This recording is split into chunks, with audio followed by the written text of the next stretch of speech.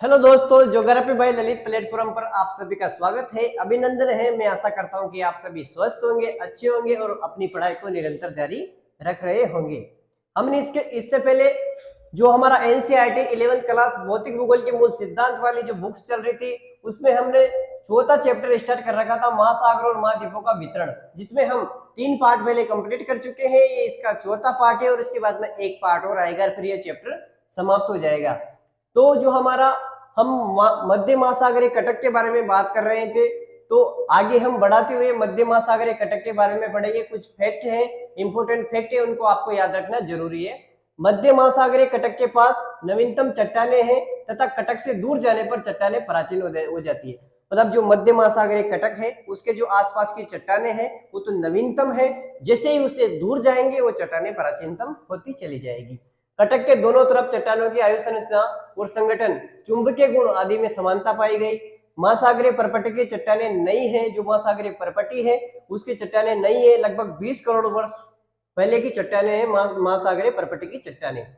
गहरी खाइयों में उद्गम केंद्र अधिक गहराई पर होता है। जो गहरी खाइयां है उसमें जो उद्गम केंद्र होता है अधिक गहराइयों पर होता है। अब ऐसी बात है कि जो गहरी खाइयां है उसमें उद्गम केंद्र भी गहराई पर होगा। ठीक है।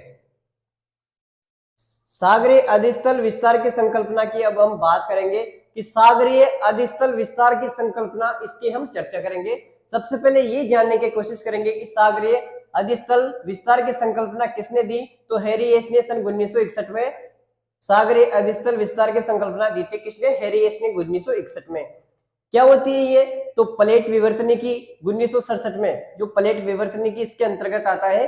प्लेट विवर्तनिकी सिद्धांत 1967 में मैकेंजी, पार्कर और मॉर्गन, इनके विचारों को समन्वित रूप से प्लेट विवर्तनिकी सिद्धांत कहते हैं। इनके विचारों से समन्वित रूप में प्लेट विवर्तनिकी सिद्धांत का अस्तित्व में आया या प्रकाश में आता है। किन किन के प्रयासों से? तो जो प्लेट विवर्तनिकी है 1967 में मैकेंजी, पार्कर और मॉर्गन, इनके विचारों को समन्वित करके प्लेट विवर्तनिकी सिद्धांत प्रकाश में आता है। ठीक है। विवर्तनिकी प्लेट क्या होती है, अब इसके बारे में चर्चा करेंगे कि जो विवर्तनिक प्लेट है ये क्या होती है। तो इसे लिथोस्फीयरिक प्लेट, यानी जो लिथोस्फीयर में मिलती है विवर्तनिक प्लेट, इसे लिथोस्फेरिक प्लेट या फिर ठोस चट्टानी प्लेट भी कहते हैं। ये ठोस चट्टानी, ये जो ठोस चट्टान का विशाल व अनियमित आकार का टुकड़ा है। जो ये विवर्तनिक प्लेट है ये ठोस चट्टान का विशाल और अनियमित आकार का टुकड़ा है, जो महाद्वीपों महासागरीय स्थलखंडों से मिलकर बना है। तो किससे बना हुआ है ये? जो विवर्तनिक प्लेट है ये महाद्वीप व महासागरों के स्थलखंडों से मिलकर बना हुआ है, एक अनियमित आकार का टुकड़ा है। ठीक है। कौन सा? विवर्तनिक प्लेट, जो कि महाद्वीप और महासागर के स्थलखंडों से मिलकर बना है। यह प्लेट दुर्बलता मंडल के ऊपर एक दृढ़ इकाई के रूप में क्षैतिज अवस्था में चलायमान है। ठीक है। जो विवर्तनिक प्लेट है, यह प्लेट जो दुर्बलता मंडल है, यह प्लेट दुर्बलता मंडल के ऊपर एक दृढ़ इकाई के रूप में क्षैतिज अवस्था में चलायमान है। भूपर्पटी व ऊपरी मेंटल को संयुक्त रूप से, जो भूपर्पटी है, हमने पृथ्वी की आंतरिक संरचना वाले चैप्टर में भी बात की थी कि भूपर्पटी और ऊपरी मेंटल को संयुक्त रूप से स्थल मंडल कहते हैं। ठीक है।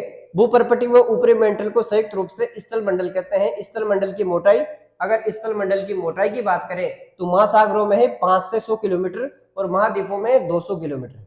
महासागरों में है 5 से 100 किलोमीटर और महाद्वीपों में है 200 किलोमीटर। ठीक है। याद रखना, महाद्वीपों में ज्यादा है जबकि महासागरों में कम है। महासागरों में 5 से 100 किलोमीटर है। कितनी है? महासागरों में 500 किलोमीटर है, महाद्वीपों में 200 किलोमीटर है।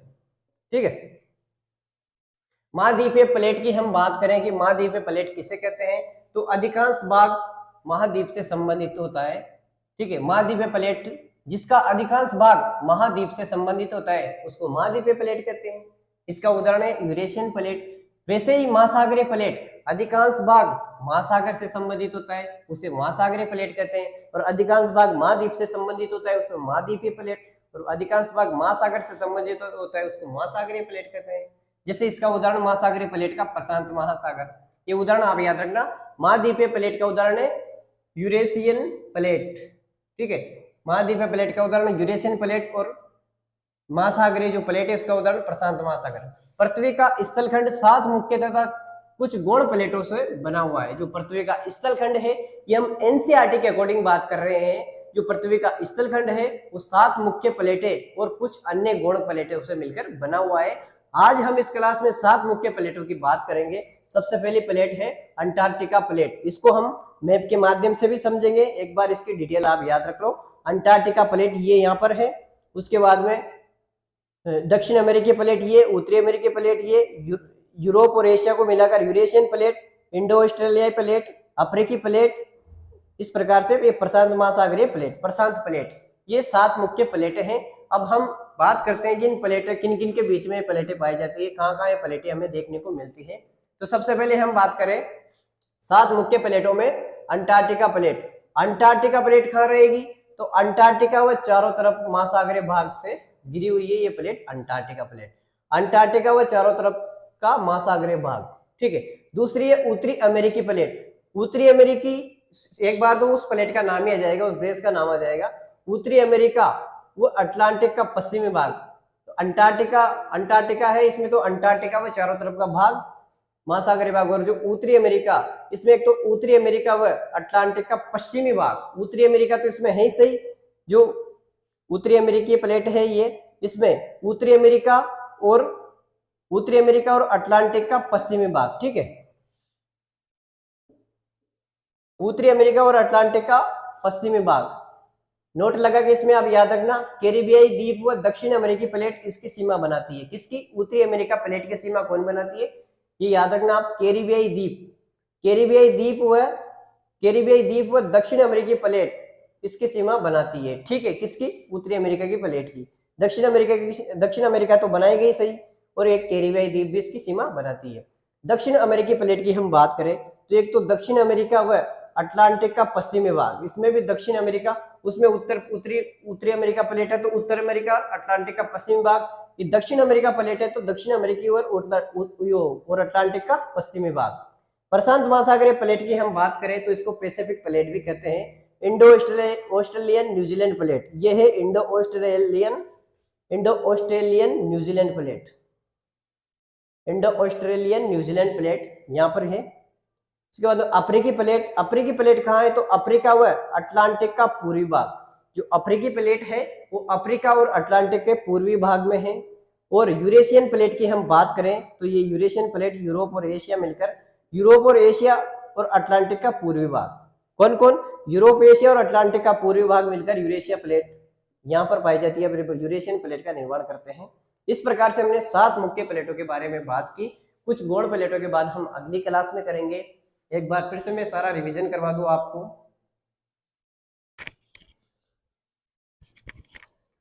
हमने देखा कि मध्य महासागरीय कटक हमारा जो बाकी चल रहा था टॉपिक, उसमें कुछ फैक्ट देखे हमने। मध्य महासागरीय कटक के पास नवीनतम चट्टानें तथा कटक से दूर जाने पर चट्टानें प्राचीनतम हो जाती है।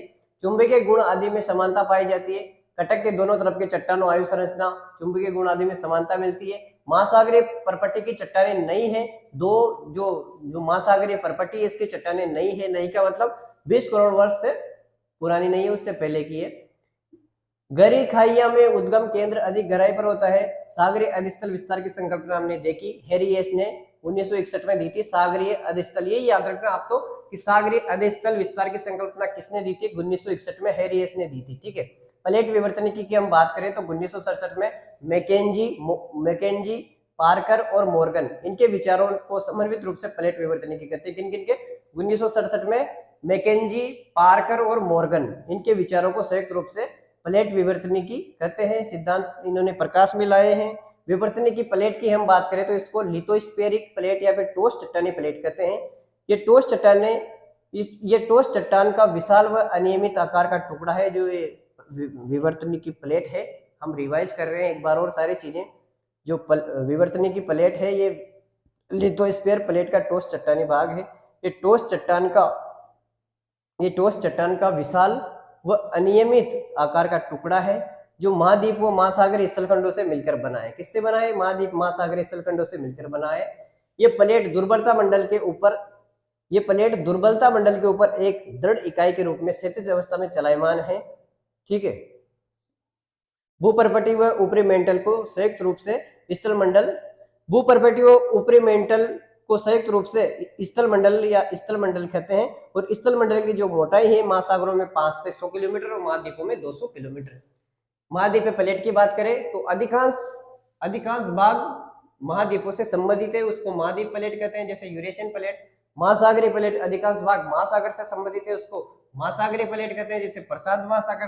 पृथ्वी का स्थल मंडल पर 7 मुख्य तथा कुछ गौण प्लेटें पाई जाती है। 7 मुख्य प्लेटों की हम बात करें तो अंटार्कटिका प्लेट, अंटार्कटिका उसके चारों तरफ से महासागर से घिरा हुआ भाग। उत्तरी अमेरिका प्लेट, उत्तरी अमेरिका व अटलांटिक का पश्चिमी भाग, इसमें कैरिबियाई द्वीप और दक्षिण अमेरिकी प्लेट इसकी सीमा बनाती है। दक्षिण अमेरिकी प्लेट की बात करें तो दक्षिण अमेरिका और उत्तरी अटलांटिक का पश्चिमी भाग। ये पश्चिमी भाग और उत्तरी अटलांटिक का पश्चिमी भाग तो दोनों में आएगा, लेकिन इसमें इधर उत्तरी अमेरिका और इधर दक्षिण अमेरिका। प्रशांत महासागरीय प्लेट या पैसिफिक प्लेट, इंडो ऑस्ट्रेलियाई न्यूजीलैंड प्लेट, अफ्रीकी प्लेट, अफ्रीका और अटलांटिक महासागर का पूर्वी भाग।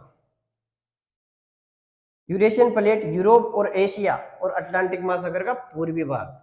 इस प्रकार से हमने मैप के माध्यम से देखा उत्तरी अमेरिकी प्लेट, दक्षिण अमेरिकी प्लेट, प्रशांत महासागरीय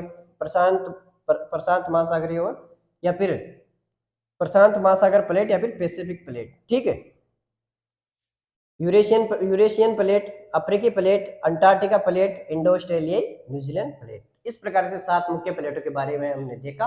एक बार फिर से इन प्लेटों के नाम सुन लो आप। उत्तरी अमेरिकी प्लेट, दक्षिण अमेरिकी प्लेट, यूरेशियन प्लेट, प्रशांत महासागरीय प्लेट या पैसिफिक प्लेट, इंडो ऑस्ट्रेलियाई प्लेट, अफ्रीकी प्लेट और यूरेशियन प्लेट। ठीक है, अगली क्लास में हम थोड़ा बहुत एक पार्ट और बचा है इसका, उसको कंप्लीट करके इस अध्याय को कंप्लीट कर लेंगे।